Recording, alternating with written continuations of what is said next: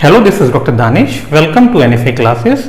आज का ये जो हमारा वीडियो लेक्चर है ये पिछले लेक्चर का सेकंड पार्ट है। तो पिछली बार हमने आपको बताया तो बेसिक्स ऑफ माइक्रोट्यूब्यूल्स, जो साइटोस्केलेटन के एक मेजर कंपोनेंट है माइक्रोट्यूब्यूल, उसके बेसिक्स के बारे में आपको हमने इन्फॉर्मेशन दे दी है कि इसके क्या फंक्शंस होते हैं, क्या स्ट्रक्चर होता है, डिस्कवरी कैसे हुई, क्या एक बेसिक स्ट्रक्चर होता है, वो भी आपको बता चुके हैं। पर आज जो हम बात करेंगे वो बात करेंगे स्ट्रक्चरल ऑर्गेनाइजेशन ऑफ माइक्रोट्यूब्यूल्स।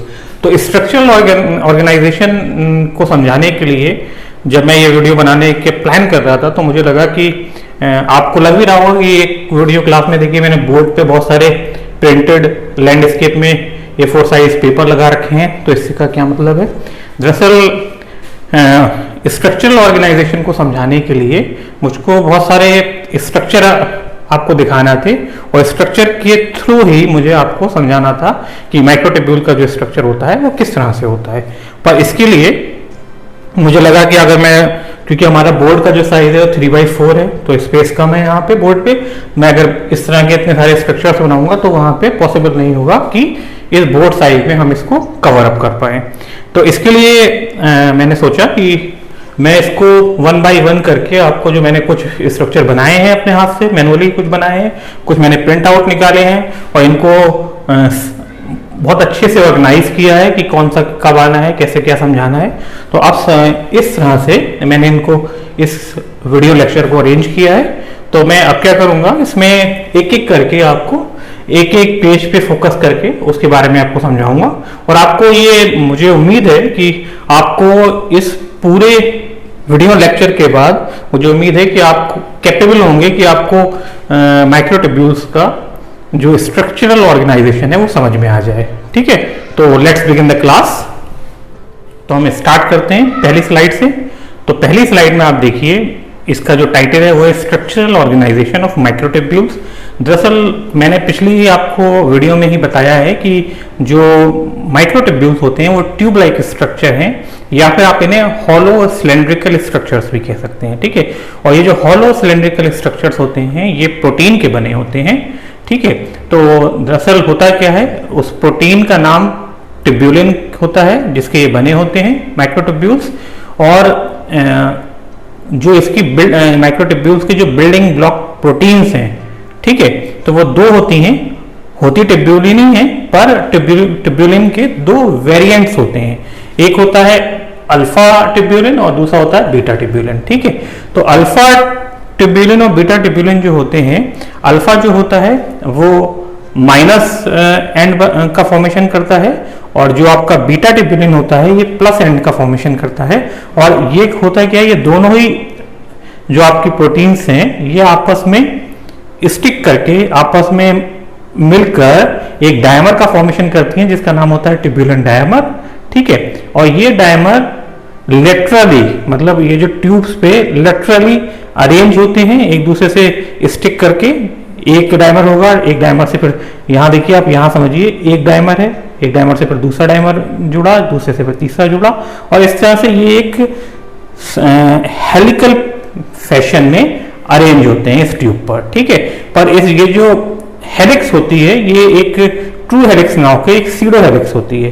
देखिए हेलिक्स होती क्या है, मैं आपको पहले ये बता दूं कि जिसमें ये ट्यूब्यूलिन अरेंज हैं, तो हेलिक्स क्या होती है, when a wire uniformly bounded around an axis, किसी एक्सिस के चारों तरफ जब कोई वायर यूनिफॉर्मली वाउंड अप होता है, वाउंड अराउंड होता है, तो उसको हम कहते हैं हेलिक्स। ठीक है, पर यहाँ क्या है, कोई वायर ना अरेंज होके ये पूरी शीट जो है, इस शीट पे जो डायमर है ये एक दूसरे से बिल्कुल चिपके हुए हैं और एक दूसरे से जुड़ के, लिटरली जुड़ के, मतलब कहाँ जुड़ेंगे, एक तो ये जो आपका बीटा ट्यूब्यूलिन होता है ये प्लस एंड बनाता है और जो आपका अल्फा ट्यूब्यूलिन होता है ये माइनस एंड बनाता है। तो ये एक दूसरे से मिलकर डायमर यहाँ पे आप देख रहे हैं बन रहा है और ये डायमर यहाँ पे लेटरली अरेंज है।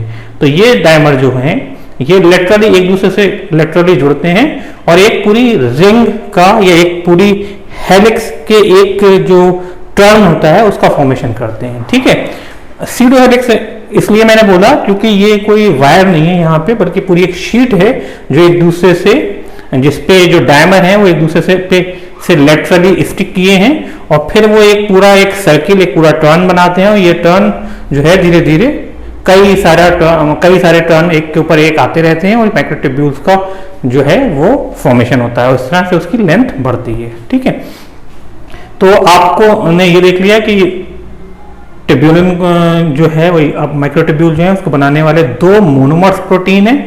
ट्यूब्यूलिन को आप पॉलीमर ऑफ प्रोटीन्स भी कह सकते हैं, क्योंकि इसमें दो बिल्डिंग ब्लॉक प्रोटीन जो होती हैं वो आपस में स्टिक करके डायमर फॉर्म में जुड़ती हैं और ये डायमर ही आपस में लिटरली जुड़कर पूरी ट्यूब की शीट का फॉर्मेशन करते हैं। ठीक है, तो इस तरह से ये एक पॉलीमर है प्रोटीन्स का। प्रोटीन कौन सी रहेंगी जो इसकी बिल्डिंग ब्लॉक होंगी?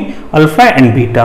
अल्फा माइनस एंड या नेगेटिव एंड बनाएगा और आपका जो बीटा ट्यूब्यूलिन है ये प्लस एंड बनाएगा। और जो नई आपकी यानी कि जो प्लस एंड है वो हमेशा ऊपर रहेगा। आप देखिए रेड वाला ऊपर है यहाँ पे और माइनस एंड हमेशा नीचे रहेगा और प्लस एंड पे ही नया जो टर्न नया जो बनेगा, नई जो रिंग ऊपर बनेगी इसके, वो प्लस एंड पर ही आएगी। नेगेटिव एंड पे कुछ नहीं बनेगा। नेगेटिव एंड से स्टार्ट होगा और पॉजिटिव एंड की तरफ ये एक्सपेंड करेगा। ठीक है, तो ठीक है, और इसमें आप देखिए यहाँ पे क्या लिखा है? Pseudo helical structure of a microtubule formed by 13 laterally associated protofilament. Protofilament को मैंने पिछली वीडियो में आपको ये कहा था कि प्रोटोट्यूब्यूल्स भी कहते हैं। ये होते क्या है? दरअसल जब ये प्रोटीन एक शीट का फॉर्मेशन कर लेते हैं एक दूसरे से लेटरली स्टिक होके, तो आप ये देखिए ये हर एक प्रोटीन के ऊपर दूसरी प्रोटीन मतलब ओवर द आप इसको ऐसा समझिए बल्कि कि एक प्रोटीन के ऊपर दूसरी प्रोटीन आ रही है लगातार और ये जो है एक ट्यूब का फॉर्मेशन करते हैं। देखिए ये जो एक आपको लॉन्गिट्यूडनल ट्यूब दिख रही है, लॉन्गिट्यूडनल है, एक लॉन्गिट्यूडनल फिलामेंट दिख रहा है। इस फिलामेंट को प्रोटोफिलामेंट या प्रोटोट्यूब्यूल कहते हैं। ठीक है, तो यानी कि पूरी शीट बनी और शीट में जो उसके बिल्डिंग ब्लॉक प्रोटीन है वो हैं और ये प्रोटीन जब लॉन्गिट्यूडनली एक दूसरे के ऊपर अरेंज होंगी तो ये एक पूरी एक फिलामेंट का फॉर्मेशन करेंगी, तो इस फिलामेंट को हम प्रोटोफिलामेंट कहते हैं। तो किसी भी जो माइक्रोट्यूब्यूल का जो ट्यूब होती है उसकी वॉल में 10 to 13 प्रोटोफिलामेंट या प्रोटोट्यूब्यूल्स होते हैं। ठीक है, और 10 to मैं 13 क्यों कह रहा हूँ? यहाँ पे देखिए, यहाँ पे मैंने जैसे इस ट्यूब्यूल का एक क्रॉस सेक्शन काट दिया गया। ठीक है, और इस क्रॉस सेक्शन में आप देख रहे हैं कि ये प्रोटीन है, इसके नीचे बहुत सारी प्रोटीन का स्टैक होगा। तो ये बस क्रॉस सेक्शन में सबसे ऊपर का जो व्यू है, जो आपका टॉप व्यू है वो दिख रहा है और इसमें आप देखिए 1 से लेके पूरा ये 13 तक प्रोटीन है। तो इसमें तो 13 हमने दिखाई है, पर जब इसका आपका सीलिया फ्लैजुलम में अरेंजमेंट आप देखेंगे या फिर आप इसका सेंट्रोसोम में अरेंजमेंट देखेंगे तो आप ये देखेंगे कि इस 13 से एक 10 का 10 माइक्रोफिलामेंट या 10 प्रोटोट्यूब्यूल का एक और जो आपका ये रिंग है, एक और जो फिलामेंट है, जैसे माइक्रोफिलामेंट कहेंगे, माइक्रोफिलामेंट आके जुड़ता है, स्टिक कर जाता है, जिसे कहते हैं ट्यूब्यूल डुप्लेट। ठीक है, वो डुप्लेट बनेगा और एक जैसे आपका सेंट्रोसोम में 3 जुड़ते हैं तो पहला 13 का होगा, ये तो 13 का ही रहेगा हमेशा। इससे दूसरा के जुड़ेगा वो 10 का होगा और दूसरे से जब तीसरा जुड़ेगा वो भी 10 ही का होगा। ठीक है, अच्छा, इसका अगर क्रॉस सेक्शन हमने काट लिया तो हम इसकी आपको थिकनेस बता देते हैं। इसकी जो थिकनेस है यहाँ पे 20 to 30 नैनोमीटर लिखी है, मैंने आपको 25 बताई थी, तो ऑन एन एवरेज ये रहती है 20 to 30 वरना 25 नैनोमीटर मेनली रहती है। ठीक है, इसकी जो ल्यूमेन नजर होती है, इसका इसकी जो लेंथ होती है या इसकी जो डायमीटर सर्कुलर है तो डायमीटर जो है वो 15 नैनोमीटर होता है। ठीक है, और इसमें ये जो प्रोटीन होती है, प्रोटीन कहाँ पे होती है? शीट में होती है। तो शीट की जो एक थिकनेस होगी, ल्यूमेन की थिकनेस हो गई, ल्यूमेन का जो हॉलो स्पेस है उसकी थिकनेस हो गई, और फिर ये जो आपकी प्रोटीन है, प्रोटीन की जो थिकनेस होगी वो 5 नैनोमीटर होगी। ठीक है, तो कुल मिला के इस तरह से 5 ऊपर 10 और 15 ल्यूमेन, तो इस तरह से 25 nm की ये आपकी पूरी थिकनेस हो जाती है माइक्रोट्यूब्यूल की। एक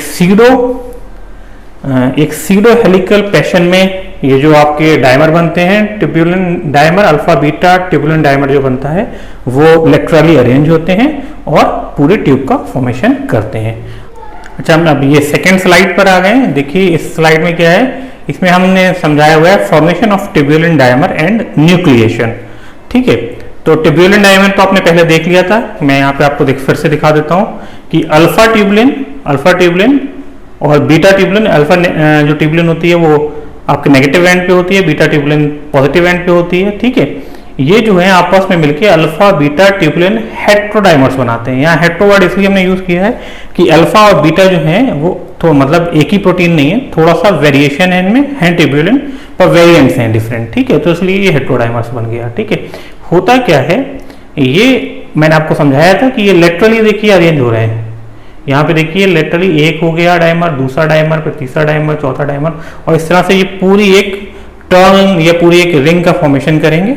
ठीक है, तो ये जब एक पूरी रिंग का फॉर्मेशन कर लेंगे, ठीक है, तो इस रिंग को आप जो बोलेंगे, जो एक सिंगल टर्न या सिंगल रिंग का जो आकार आएगा, जो 13 माइक्रोफिलामेंट या 13 आपका प्रोटोफिलामेंट का बना होगा, तो वो जो होगा वो आपका माइक्रोट्यूब्यूल सीट कहलाएगा। और ये कैसे बनता है, दरअसल ये डायमर जो है वो न्यूक्लिएशन प्रोसेस के थ्रू इस माइक्रोट्यूब्यूल सीट का फॉर्मेशन करता है। न्यूक्लिएशन क्या होता है, nucleation is the process in which several tubulin molecules, जिसमें अल्फा और बीटा ट्यूबुलिन मॉलिक्यूल्स हैं, इंटरेक्ट करते हैं to form a microtubule seed. तो माइक्रोट्यूब्यूल सीड मैंने सॉरी यहाँ पे गलत बन गया है, तो ये माइक्रोट्यूब्यूल सीड जो है वो यहां तक होगा, नीचे तक। ठीक है, तो ये माइक्रोट्यूब्यूल जो सीड है वो नीचे तक का जो एक पूरा टर्न है, डायमर का जो पूरा टर्न है, ये इसको कहेंगे। ठीक है, तो यहाँ पे आप समझ में आ गया होगा कि डायमर हैं और डायमर जब लेटरली स्टिक करेंगे तो एक रिंग या एक सर्किल का फॉर्मेशन करेंगे। ठीक है, और इस सर्किल में कितने माइक्रोफिलामेंट होंगे, 13, 10 भी हो सकते हैं, 10 to 13 होंगे, पर यहाँ पे 13 है। और ये जो है किस प्रोसेस से होगा, ये एक इंटरमीडिएट प्रोसेस होगा इन दोनों के बीच में, डायमर के बीच में और माइक्रोट्यूब्यूल के फॉर्मेशन के बीच में, जिसे हम न्यूक्लिएशन कहेंगे। न्यूक्लिएशन वो प्रोसेस है जिसमें ये डिफरेंट जो आपके प्रोटीन मॉलिक्यूल्स हैं, यानी कि अल्फा और बीटा ट्यूबुलिन जो है वो इंटरेक्ट करते हैं to form a microtubule seed. अच्छा, ये थर्ड हमने आपका ये जो स्लाइड है इसको यहाँ पे फोकस किया हुआ है। इसमें देखिए इसका हमने टाइटल दिया है माइक्रोट्यूब्यूल ऑर्गेनाइजिंग सेंटर्स। तो इसमें दरअसल ये होता है कि माइक्रोट्यूब्यूल का जो फॉर्मेशन होता है ये प्यूरिफाइड आपका जो ट्यूबुलिन सॉल्यूशन होता है उसमें होता है, जहाँ पर ट्यूबुलिन बहुत सारी प्रोटीन्स होती हैं, अल्फा और बीटा। तो इसकी जो मेन प्रोटीन है माइक्रोट्यूब्यूल की वो अल्फा बीटा प्रोटीन ही है, जो डायमर फॉर्म में एक दूसरे से अटैच रहती हैं। पर जैसे कि जब माइक्रोट्यूब्यूल का फॉर्मेशन हो रहा होता है तो इसमें जो फॉर्मेशन इसका होता है ये बहुत स्लो होता है। मतलब ये जो एक माइक्रोट्यूब्यूल का फॉर्मेशन का जो प्रोसेस है ये एक बहुत स्लो प्रोसेस है, जिसकी वजह से बहुत टाइम कंज्यूमिंग है, बहुत टाइम लगता है माइक्रोट्यूब्यूल्स के फॉर्मेशन में। और इसके अगर इन विवो कंडीशन में इसका जो फॉर्मेशन जो होता है माइक्रोट्यूब्यूल का, अगर इसको स्पीड अप होना होता है तो उसके लिए इनको गामा ट्यूब्यूलिन चाहिए होता है। अगर गामा ट्यूब्यूलिन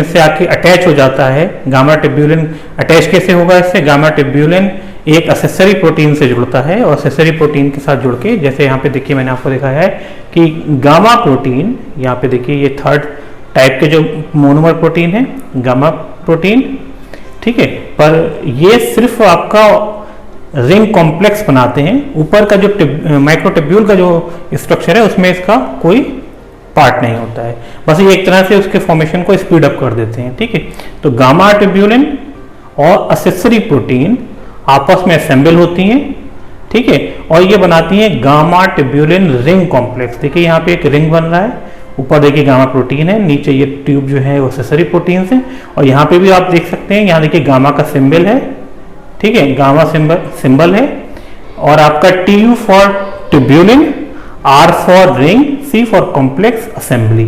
ठीक है, यानी कि प्रोटीन कॉम्प्लेक्स को हम असेंबली भी कह सकते हैं। तो ये असेंबली है। तो ये जो gamma tubulin ring complex assembly है, ये माइक्रोट्यूब्यूल के नेगेटिव एंड से आके अटैच हो जाती है, स्टिक कर जाती है, जिसकी वजह से इसका जो नेगेटिव एंड है, पहले तो ये मतलब फ्री होता है, पर यहाँ पे ये अब नेगेटिव एंड इसका ब्लॉक हो जाएगा, जिसकी वजह से जो डायमर है वो उससे वैसे पहले भी नहीं जुड़ते, वो जुड़ते हमेशा पॉजिटिव एंड से ही हैं, पर ये ब्लॉक कर देता है, इससे कुछ और कोई प्रोटीन आके अटैच नहीं होगी और माइक्रोट्यूब्यूल का जो फॉर्मेशन है वो तेजी से ऊपर की तरफ होगा। ठीक है, तो ये स्पीड अप हो जाता है। पर ऐसा नहीं है कि माइक्रोट्यूब्यूल का फॉर्मेशन सिर्फ इसके जुड़ने से ही होगा, इसकी एब्सेंस में भी अगर ये जो गामा ट्यूब्यूलिन रिंग कॉम्प्लेक्स है ये ना भी हो, ये जो कॉम्प्लेक्स ना भी हो, तब भी माइक्रोट्यूब्यूल का फॉर्मेशन होता है सेल के अंदर। इसकी वजह से माइक्रोट्यूब्यूल का फॉर्मेशन स्पीड अप तो हो जाता है, पर ऐसा नहीं है कि रुक जाता हो। ठीक है, इस स्लाइड में मैंने आपको सीलियम या फिर जो फ्लैजेलम होता है, इसका मैं आपको इसमें किस तरह से माइक्रोट्यूब्यूल सीलियम या फ्लैजेलम का साइटोस्केलेटन बनाते हैं और किस तरह से उसका फॉर्मेशन करते हैं, ये दिखाता हूँ। तो ये जो है ये किसी सीलिया का क्रॉस सेक्शन मान लीजिए, क्रॉस सेक्शन किया हुआ है। ठीक है, तो ये क्या होती है, सबसे बाहर प्लाज्मा मेम्ब्रेन होती है और प्लाज्मा मेम्ब्रेन के जस्ट नीचे पेरिफेरी पे एक रिंग होती है माइक्रोट्यूब्यूल्स की। ठीक है, और जो पेरिफेरी पे जो माइक्रोट्यूब्यूल्स होते हैं वो डबलेट माइक्रोट्यूब्यूल होते हैं, जिसमें जो पहला वाला माइक्रोट्यूब्यूल देखिए वही है 13 वाला, अगर इसे आप काउंट करेंगे तो 13 इसके अंदर ये प्रोटोफिलामेंट होंगे, और दूसरा वाला जो आपका माइक्रोट्यूब्यूल से आके अटैच हुआ है उसमें सिर्फ 10 माइक्रोफिलामेंट या माइक्रोट्यूब्यूल्स होते हैं। ठीक है, तो ये पेरिफेरी पे जो होते हैं वो डबलेट माइक्रोट्यूब्यूल होंगे, और जबकि सेंटर में जो एक माइक्रोट्यूब्यूल होते हैं ये 2 होते हैं, सेंटर में जो माइक्रोट्यूब्यूल होंगे वो 2 होंगे। ठीक है, और ये दोनों आपस में अटैच तो होंगे पर डबलेट नहीं होगा। ठीक है, और इसके अलावा क्या होता है, ये सारे जो पेरिफेरल जो माइक्रोट्यूब्यूल हैं, जो डबलेट माइक्रोट्यूब्यूल हैं, ये एक फाइबर लाइक स्ट्रक्चर जिसे नेक्सिन कहते हैं उससे अटैच होते हैं। और आप ये देख रहे हैं कि जो 13 प्रोटोफिलामेंट का बना माइक्रोट्यूब्यूल है उससे कुछ आर्म्स भी निकल रही हैं, जिसे डाइनिन आर्म्स कहते हैं। ठीक है, और आप देखिए ये 13 वाले से जो अंदर की तरफ इसके रेडियस की तरफ जो है वो रेडियल स्पोक्स भी निकलते हैं, रेडियस की तरफ जो निकल रहे हैं उन्हें रेडियल स्पोक्स कहेंगे, वो भी निकलते हैं। ठीक है, और ये जो डबलेट होती है उसमें पहले को ए ट्यूब्यूल और दूसरे को बी ट्यूब्यूल या ए माइक्रोट्यूब्यूल या बी माइक्रोट्यूब्यूल कहते हैं। ठीक है, तो इस तरह से देखिए ये जो अरेंजमेंट होता है इसका सीलिया का जब क्रॉस सेक्शन हमने किया तो इसका 9+2 होता है। देखिए यहाँ लिखा हुआ है, अगर कोई आपसे पूछे सीलिया या फ्लैजेला का जो स्ट्रक्चर ऑर्गेनाइजेशन होता है वो माइक्रोट्यूब्यूल किस तरह से अरेंज होते हैं, 9+2 में होते हैं। 9 पेरिफेरल डबलेट माइक्रोट्यूब्यूल्स और 2 सेंट्रल माइक्रोट्यूब्यूल्स। ठीक है, अभी ये जो स्लाइड है इसमें हम सेंट्रोसोम में जो माइक्रोट्यूब्यूल्स का अरेंजमेंट होता है स्ट्रक्चरल वो कैसे होता है वो दिखा रहे हैं। तो आप देखिए सेंट्रोसोम जो कि एनिमल सेल में ही होता है, और स्पिंडल फाइबर्स होते हैं माइटोसिस या मियोसिस के दौरान उनका फॉर्मेशन सेंट्रोसोम ही करते हैं एनिमल सेल में। और जो सेंट्रोसोम होते हैं इट कंटेन्स 2 सेंट्रियोल, और ये जो सेंट्रियोल होते हैं देखिए एक सेंट्रियोल ये है, दूसरा सेंट्रियोल ये है, और ये 90 पे एक दूसरे से स्टिक किए होते हैं।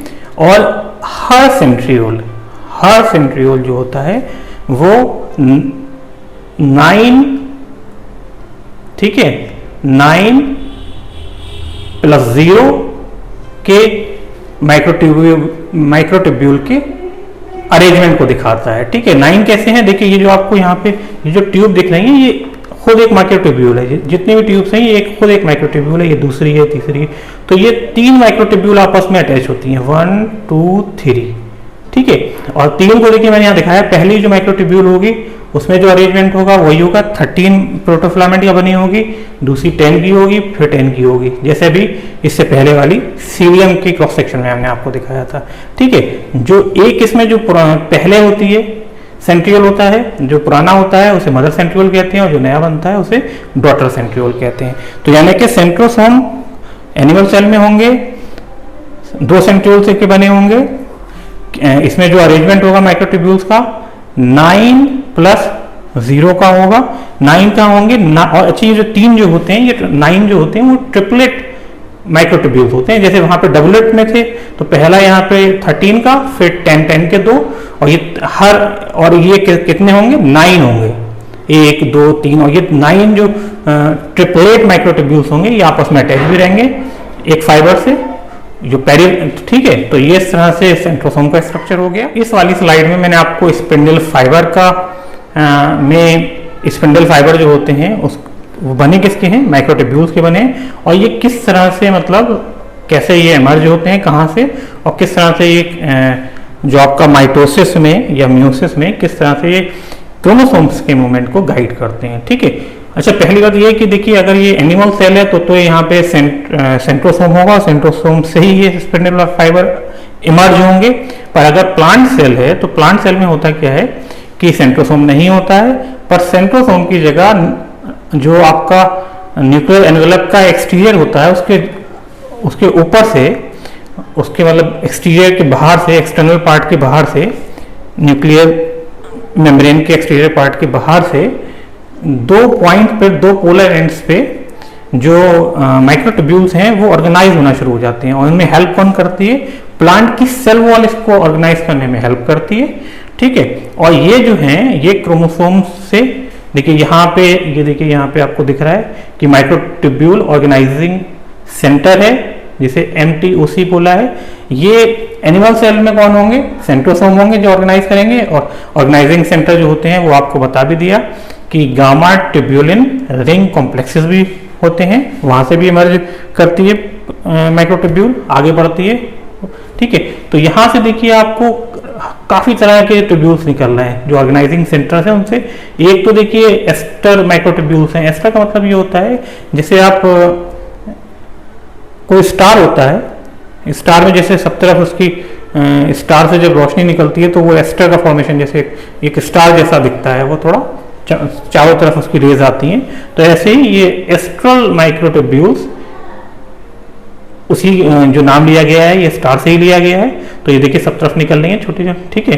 फिर इसके बाद जो है एक ये डार्क कलर से दिखाया है जिसे हमने काइनेटोकोर माइक्रोट्यूब्यूल या के फाइबर बोला है। काइनेटोकोर माइक्रोट्यूब्यूल है, ये भी इमर्ज सेंटर से ही होगी, माइक्रोट्यूब्यूल ऑर्गेनाइजिंग सेंटर से होगी। और ये क्रोमोसोम में जो आपका काइनेटोकोर होता है उससे जाके अटैच हो जाते हैं। काइनेटोकोर कहाँ होता है, ये भी एक प्रोटीन कॉम्प्लेक्स होता है काइनेटोकोर, और हर क्रोमोसोम में एक पेयर होते हैं काइनेटोकोर का।